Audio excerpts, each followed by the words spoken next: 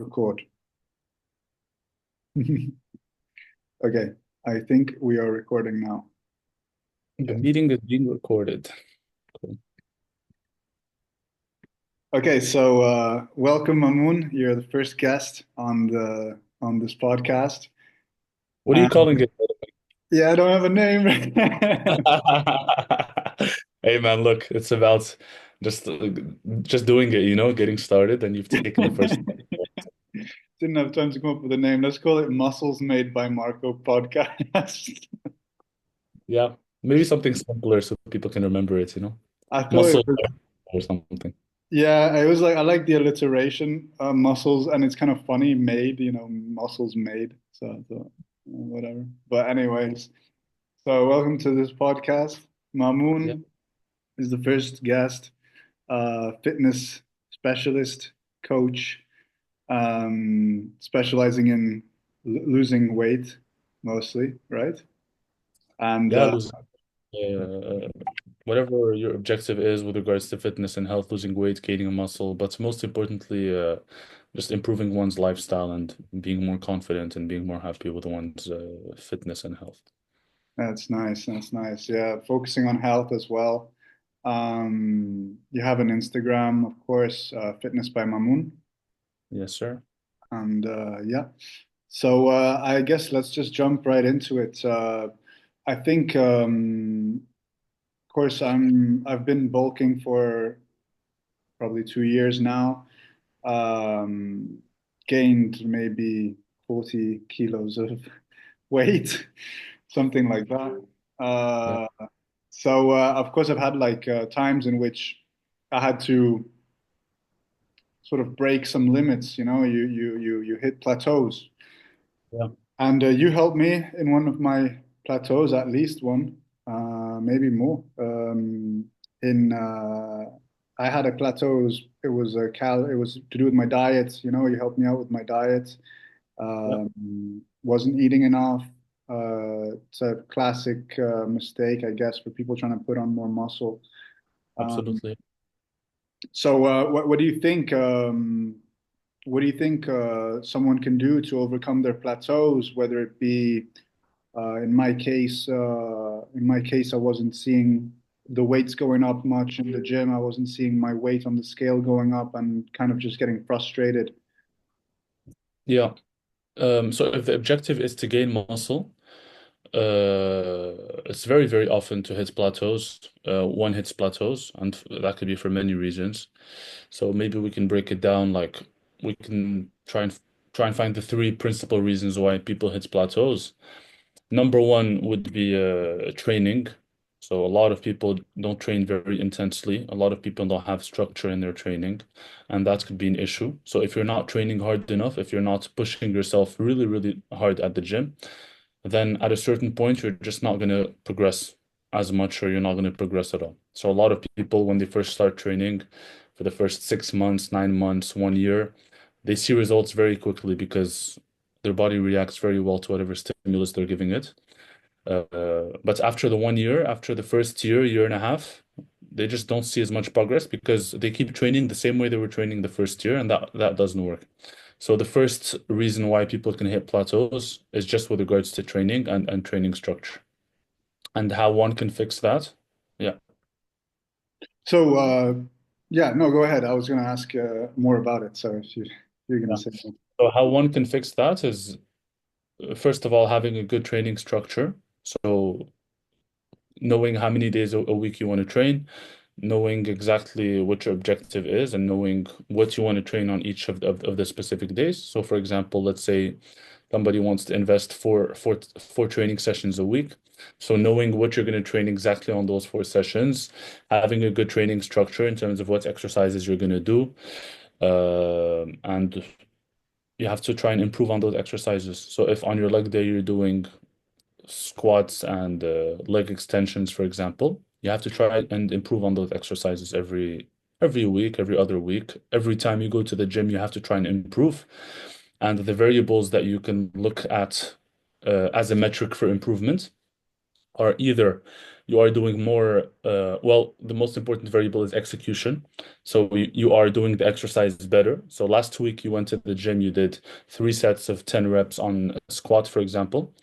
Uh, but you feel like you didn't really execute it well because the weight was a little bit too heavy. So next week when you go again, instead of trying to do more reps or more weights, you can just focus on doing better execution. So that's the first variable. The second variable can be adding more weight. So if you did 3 sets of 10 and it felt relatively easy with 10 kgs on each side, for example, next week you can try and do 3 sets of 10 with 12.5 kgs on each side. So that's the second variable. And the third variable is reps. So if you go to the gym this week and on the squat you do 2 sets of 10 and 1 set of 6 with 10 kgs per side, you do 3 sets in total. Uh, and you feel like you did them well, but obviously on the third set you weren't able to do 10 reps. Then next week you can try and focus on completing those 10 reps on the third set. So if you are improving one of these three variables, then you're getting better at the gym. And if you're getting better, then you're most likely going to be putting on muscle. So that's the first thing in terms of plateauing. So to go back to the topic, that's the first issue that generally happens with plateauing. It's with regards to training structure. The second and also a very huge factor is food. I can give a concrete example. One of the guys that I'm working with right now, we started working together about 2 years ago, and he was improving super, super well. We started off with doing like a recomposition phase. He lost some weight. He got super lean. He was eating like at the beginning he was eating like 2,200 calories, and he got good. Like he got fit in a matter of like 4 or 5 months. He was looking significantly better. Mhm. And then we transitioned into a bulking phase. So slowly, when we transitioned, we started increasing calories. So we went from 2,200 to 2,400 for a few weeks, and then went to 2,600 for a few weeks, and then 2,800. So every few weeks, when he would start to kind of plateau, we would increase calories by a couple hundred, by maybe 300 or something like that. And now he's reached a stage where he's eating about 3,400, 3,500 calories and his weight is plateauing. His weight is not going up as much as it was before. And I just tell him, dude, you have to eat. And he's not eating as much as he should. Because the goal right now is, for example, 3,500 calories. But because he's been training for 2 years and stuff, he's getting a bit lazy with counting his calories. And it's understandable. It gets tiring to go on MyFitnessPal every time. But I'm telling him, look, if you really want to pass through this barrier, you have to make sure that you're eating your 3,500 calories. And if we do that for 8 weeks, for example, you're eating 3,500 calories, your training structure is very good, you're resting very well. If you're doing this for 8 weeks and your weight is not going up, then we have to shove more food down your throat, then you have to start eating 3,800 or 4,000 calories. Yeah. So this is an issue that's super, super common, especially when you've been training for a while. So that's the second variable. Mhm. And the third variable, which is equally as important, I would say, is just your overall routine. Your sleep, your rest. Are you overtraining? Are you taking enough time to make sure you're recovering? Uh, just little things, making sure, especially being rested and being able to show up to the gym to perform good. Mhm. Mhm. That was a long answer, but basically three variables: training structure and improving at the gym, eating a lot, especially after you've been doing it for a while. You have to eat more. And number three is rest and recovery. Yeah, that's super interesting. Recovery gets totally underestimated, I think, because that's when your muscles are really growing, and training 100%. is definitely an issue. But I guess let's go to the calorie one because for me, I resonate a lot with that, and that's where I had issues. That's why I was smiling while you were talking about it because I know exactly those struggles.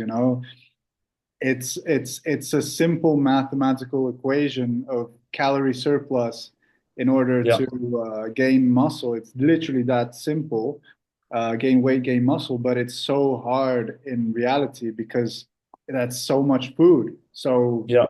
how, what tips do you give, or how do you overcome that? What do you say to someone? Shove more food down your throat. I mean, That's a super good question, man.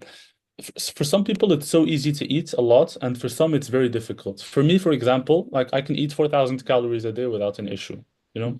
But some other people, they find it so hard to eat 3,000 or 3,200 calories, and I guess that depends on each person, you know.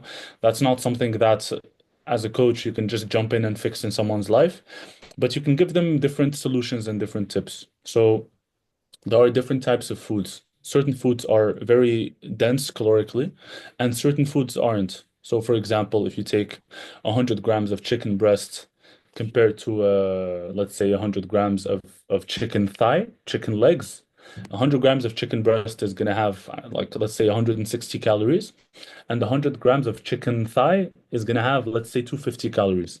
So it's the same quantity, and when it goes into your stomach, it's going to have the same satiating effect, Mhm. but one is going to give you a lot more calories than the other. So one of the biggest tips I give is just eat more calorically dense foods, you know? If you're buying ground beef and when you were dieting, you were buying 95% lean ground beef, now just start buying 85% lean. Like buy ground beef that has a little bit more fat in it because it's going to be more caloric. And at the end of the day, by making these changes in breakfast, lunch, dinner, snacks, you're going to find yourself eating an extra 400 or 500 calories easily without necessarily having to think about, oh shit, where do I get my food from, you know? Mhm. So number one tip is just eat more calorically dense foods. And other examples of calorically dense foods that are super good and that are easy to take down are nuts, for example. So just you're sitting around, you're working on your laptop, you can just have a little bit of nuts around, you know, eat some cashews, eat some almonds. When you cook, you can cook with a little extra butter, olive oil. Um, yeah, just stuff like that, you know. Uh, Generally, one thing as well, and I'm not gonna comment on whether this is a good thing or not, but generally, when people start really diving heavy into the bulk, they eat maybe less veggies and less fruits because with veggies and fruits, you can eat so much, and the quantity of calories is very low. So you feel heavy, you feel satiated, like you can eat 500 grams of veggies and maybe it's just 200 calories and you feel like you're full, you can't eat anymore. So maybe it would be smart to lower that a little bit. So instead of eating the 500 grams, maybe eat just 250 or 300 and get an extra 200 grams of food from something that's going to give you more calories. So that's what I would say to that question. Yeah, I think it really depends how dedicated you are because you can eat a lot of vegetables and do a clean bulk, so to speak, Yeah, but you have to be really dedicated because it's much more tough yeah, than doing what you say with reducing your vegetables, maybe throw in some dirty bulk carbs, you know, because I think carbs really is the one that people struggle to get down. I don't know. At least in yeah, my case, it was yeah. carbs because that's the big one. I mean, protein is fine. It's not so much protein. 200 grams of protein, you can get it. You can get it in a day, but like 500 grams of carbs, 400 grams of carbs, that's it's a little more difficult, especially if you're trying to get it from healthy foods, from I agree. whole foods. I agree. Um, Um, yeah, just one last thing that I was thinking of while you were saying that. One thing that also helps a lot is having a good routine. So waking up early and going to bed at a specific time. You know, if you're waking up, for example, at 7 in the morning and you're eating your first meal at 7:45, and at 7:45 you've already put down 1,000 or 1,200 calories, and then by 12 you're feeling hungry again. But if you're waking up late, if you're waking up at 9 right before work, or maybe some people work later on during the day, if you're waking up at 10 or 10:30, then maybe you're getting your first meal in at 11 or 11:45, you know, and then you get a big meal after the gym at 8 or 9 p.m. And there was potential for you to consume more calories throughout the day if you just woke up a bit earlier and ate earlier. So that can also be something that could work. yeah. What do you think about meal frequency as well? I mean, having more meals during the day to consume more calories, like instead of three, having four or five. Yeah, yeah, for sure. Yeah, yeah, that's exactly my point. You know, waking up earlier and having a structure in your day, like waking up at a specific time, sleeping at a specific time, and making sure you eat as much as possible. throughout the time that you're awake. For like you're awake for 16 hours, you're trying to eat every 4 hours, for example, every 5 hours or something. I definitely agree. If you can wake up and eat as much as you can in the morning, it really helps for the rest of the day. And those first, if you get a 1,200 calorie meal in for breakfast, kudos to you. I think that's good. That's nice. For me, it's a bit tough. Like my stomach's still waking up, but Yeah. ideally, yeah, you get that much food in already, man, you're you're a rocket. Yeah, dude. I mean, if you really want to gain weight, that's it's simple, man. You just have to eat more, and obviously the other factors are also important. If you are training well and if you are resting well and if you're not gaining weight, the problem is the food, you know? If you are eating well and you're training well but you're not gaining weight, it's most likely the problem is the rest. You're training too much. And if you are eating well and resting well but you're not gaining weight, it's probably because you're lifting like a lazy motherfucker, You're not pushing hard, you're not. I'm not sure if it's okay to swear, man. I know it's It's- yeah, there's no rules yet on this podcast. okay. Too new for that. No, that's a good way to break it down simply. I mean, it's those three things, right? Yeah. Yeah, yeah. I feel like the training hard one is almost never the case. Like, I don't know, you're not training hard enough, because if you're dedicated enough to eat that much food, then the training gets easier as well. And I think everyone likes to get see themselves get stronger and put more weight on the bar. That's not really the issue, right? You'd be surprised, man. Oh yeah. You'd be, oh yeah, a lot. Dude, training hard is not easy, you Mm, know? Like training hard is really, really pushing yourself, and not many people do that. Like, mm, yeah. When like training hard, when I hear training hard, I think about like fucking you're screaming and like it's hard, you know? yeah. Your like your heart rate is going up, like you really can't do one more rep, but you still push yourself to do that extra rep. That's training hard. It's not just going on the bench and doing 5 reps or 8 reps. It's really, really, really pushing yourself hard and it's painful, man. Uh, And for me, at least that's how I see training hard. yeah, And no.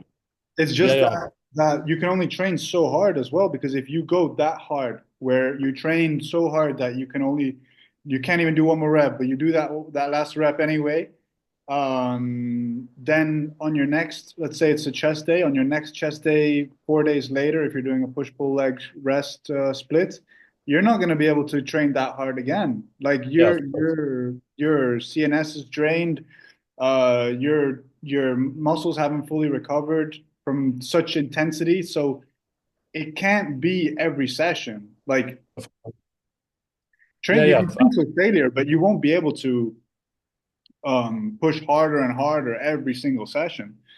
Absolutely, bro. That's a really good point, and that's why the third variable is super important, which is rest and recovery. So that is also based on your training structure. If you're training 6 times a week, then your rest and recovery is going to be different. Like you only have one rest day. You need to be sleeping maybe a little bit more. You need to be training less intensely in those 6 times. But if you're training 3 times a week, then you can really destroy yourself. Or if you're training 4 times a week, you can really go hard. So it depends as well on your training structure.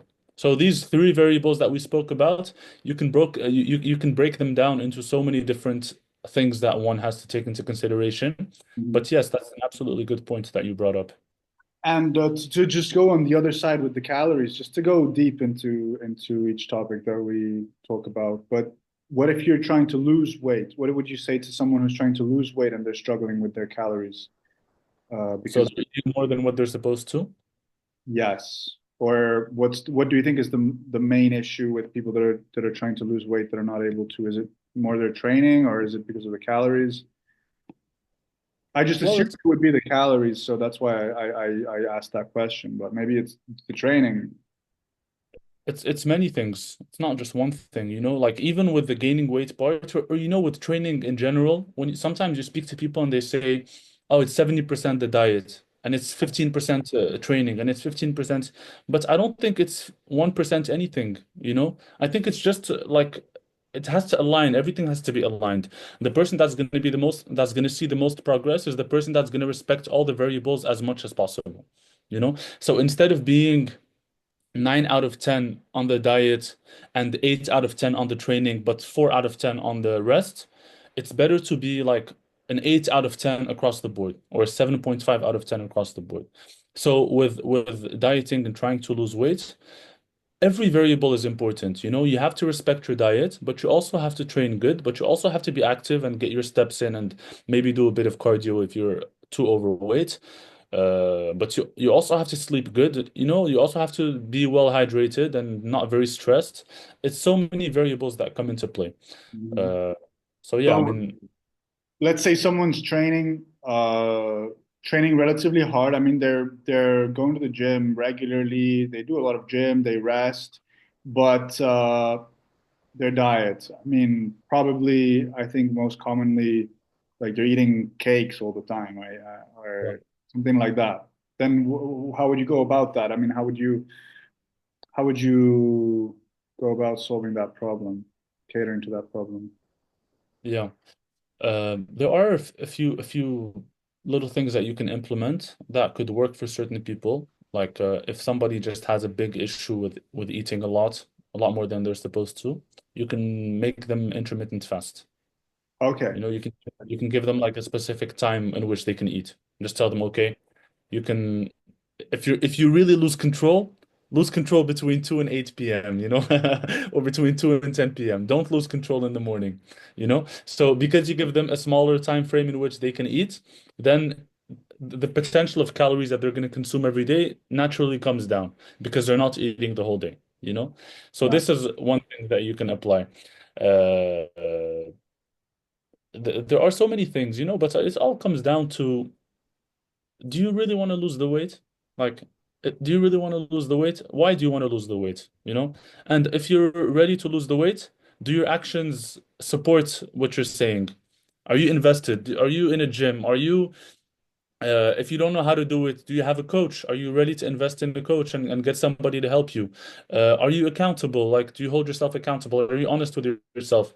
You know, instead of saying, "Ah, man, I ate so much. My mom bought this cake and she put it in the kitchen, man." Just say, "Fuck, man, I'm a piece of shit. I should not have eaten that cake." Just be honest with yourself. So it's also depends. It's also depends on the person, you know. So there isn't a magic thing that I'm gonna tell someone. There are few tips here and there, like the intermittent fasting thing, like for example, giving them a proper structure and just telling them, look, just eat this, this, this, so that they have something to follow. You can give them little things here and there to help, but it all comes down to how dedicated are you to lose the weight. And if you are very dedicated, it doesn't mean you're not going to make mistakes, but at least you'll be aware of the mistakes. You'll communicate your mistakes with whoever is helping you, with your coach or with whoever is there to help you, since you've realized that you can't do things alone and you wanted to hire somebody. And you will learn from those mistakes and you will get better, you know? So it's for me, it's about that. Yeah, that's really well put. You know, what's your why? Where's your motivation coming from? I mean, that's then Absolutely. because most people know, I mean, you want to lose weight, eat less, you know, pretty much it's that simple. But then are you willing to put in the work to do that? Are you willing to organize your day in such a way? And at the end, basically the opposite rules apply to what you want to do gaining weight. Don't have breakfast. Don't eat that many calories first thing in the morning. You know, not necessarily wake up later, but whenever you wake up, try to eat as further back as possible versus trying to eat as soon as you wake up to put on Well, it weight. depends person to person. You know, there's no rule. The most Mhm. important rule is just sticking to your caloric deficit. Okay.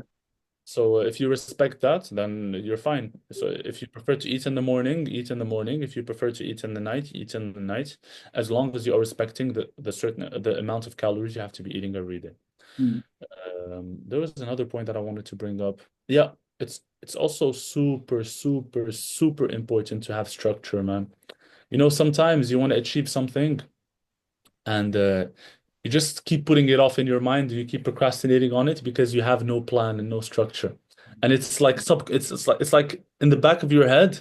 You think about it, but you never do it because it's just a thought that you have, like, there's nothing concrete. But Mm. if suddenly you have a plan, something concrete that you're looking at, and it's on paper, and it's telling you, step one, do this. Step two, do this. Step three, do that. Now follow these three steps for the next 4 weeks. And then for the 4 weeks after that, step one, do this. Step two, step three. If you have a structured and laid out plan that you're looking at with your eyes, I think any person that has a certain amount of just a little bit of drive and dedication to that thing, they will look at that structure and they will say, okay, I have no more excuses. You know, it's not like now it's just in the back of my head. Now I know what I need to do. So if I'm not doing it, I'm the issue. The issue is me. I'm the one not following the structure. I'm the piece of shit, you know? Uh, and it's true, I think I think also having structure, not I think having structure just is a game changer, man. So if somebody is trying to lose weight and they keep doing all these stupid things here and there and they're on and off and on and off, you need to have structure, a plan for 3 months, for 6 months, for 1 year, and you have to stick to your plan. And if you stick to your plan, if it's a good plan, and if the plan is adaptable, and if it gives you if the person that's helping you with the plan, or if the plan that you made for yourself allows you to be adaptable with whatever life throws at you, you will achieve your goal, man. It just does. You will 100%. Yeah, and that translates to things outside of fitness as well, I think. Absolutely. Of course, 100%. Yes. Hmm. So, going back to the training program that you said is sometimes a problem. I thought it was interesting because I was talking to a guy at my gym, biggest guy in the gym, or second Mhm. biggest. Third Biggest, biggest. biggest guy. He's bigger than me. Third biggest after every like it's because when you lay out who's the biggest at the gym, you also take into consideration the people that visited in the past. You know, the third biggest after you and I. Yeah, that guy, number three. He Yeah, said that let's call him number three. Let's call. he'll beat us both up, actually. He'll eat us, man. He probably eats so much he could consume us, man. No, so number three basically said that he hasn't changed his training program in 5 years. And I haven't changed my training program in 2 years. And he was saying that by working on the same exercises, you're able to build on those exercises and gain strength in those exercises specifically, and improve Yeah, that way. yeah. So, what do you think about changing your your training program? Is that something that you'd recommend, or would you do more something like what we're doing? No, I wouldn't recommend it often. Sometimes it's appropriate, but oftentimes it's not. Oftentimes people that change their programs every few months are just people that get bored quickly or people that don't really know what they're doing. But it's really good to have a good program, and if it's working, to try and keep improving on it. Like training and getting fit and all that, it gets boring, but you have to learn how to push through the boredom. It's boring to go to the gym every week, like 4 times, 5 times, and just lift weights. And you're under the same bar, you're lifting you're looking at the same dumbbells, the same mirror, the same everything, and you're not necessarily seeing results every couple of weeks. So it gets boring, but that's where the results lie. The results lie in the boredom. Lie in the repetition, in the consistency. So yeah, I totally agree with the guy. But then 4 or 5 years, I don't know. Depends, I guess, case by case. If the guy's in the same gym and if he has a program that's working super well and if he's focused on a few specific compound movements that he wants to improve on, then yeah, it makes sense to stick to the same program for that long. But it's not the case for everyone. Sometimes people move different cities, different apartments, that's a different gym. Sometimes people get bored, and that's a good excuse as well. Sometimes you've been training for 18 months on the same program and you want to change it up a bit, and that's fair. So it's case by case. But generally, it's appropriate to stick to one program, a good one, for a long time. Oh, okay. So you actually agree with that. You wouldn't change your program every often. No, man. I mean, these people that you see, they're squatting 5 plates per side. They've been doing the squat for 8 years, man. So it makes sense. No. And in You know, losing weight, would does that change or well, losing weight, but not necessarily in terms of exercise selection. So whatever exercises that you were doing while you were on your bulk, you'll most likely stick to the same ones even while you're on your cut. But you will have to potentially do a little bit less weight training, just a bit less, not too much. And instead of weight training, you can do a little more steps, a little more cardio, do other things that could help with your weight loss phase. all right, all right. Nice. Look, I've got some background noise here. So anyways, the Okay. you can't hear? No? Oh, okay, okay. Mm. Well, anyway, we've got 3 minutes left on the call, and I think we ran around 30 minutes. Yeah. Uh, so I guess we can conclude it there. For me, it was really good. Unless you wanted to touch on another topic or had any further comments, questions, anything No, else? dude, that was good actually. I think it was nice. The topics were interesting. Yeah, it's awesome, man. Thank you. Yeah, it was really nice. No, thanks for coming on, and thanks for your insights. You did most of the talking, so thanks for the interesting ideas that you shared. I thought they were really good. Awesome, man. Cool. So this is going up on YouTube then? Yeah, probably. I don't even know actually, but Yeah, just throw it up, dude. Don't even think, man. Honestly. But it's just a matter of repetition, like anything. yeah, yeah. Repetition, repetition, repetition. Just throw it up, man. We'll do another one some other time. Just keep bringing them out, and the quality will improve as the reps go up. For sure, for sure. All But yeah, right, props to you for I'll watching stop it this, here man. from the recording. All Uh, right, cool. yeah, it's always a pleasure talking to you. Yes, sir, brother.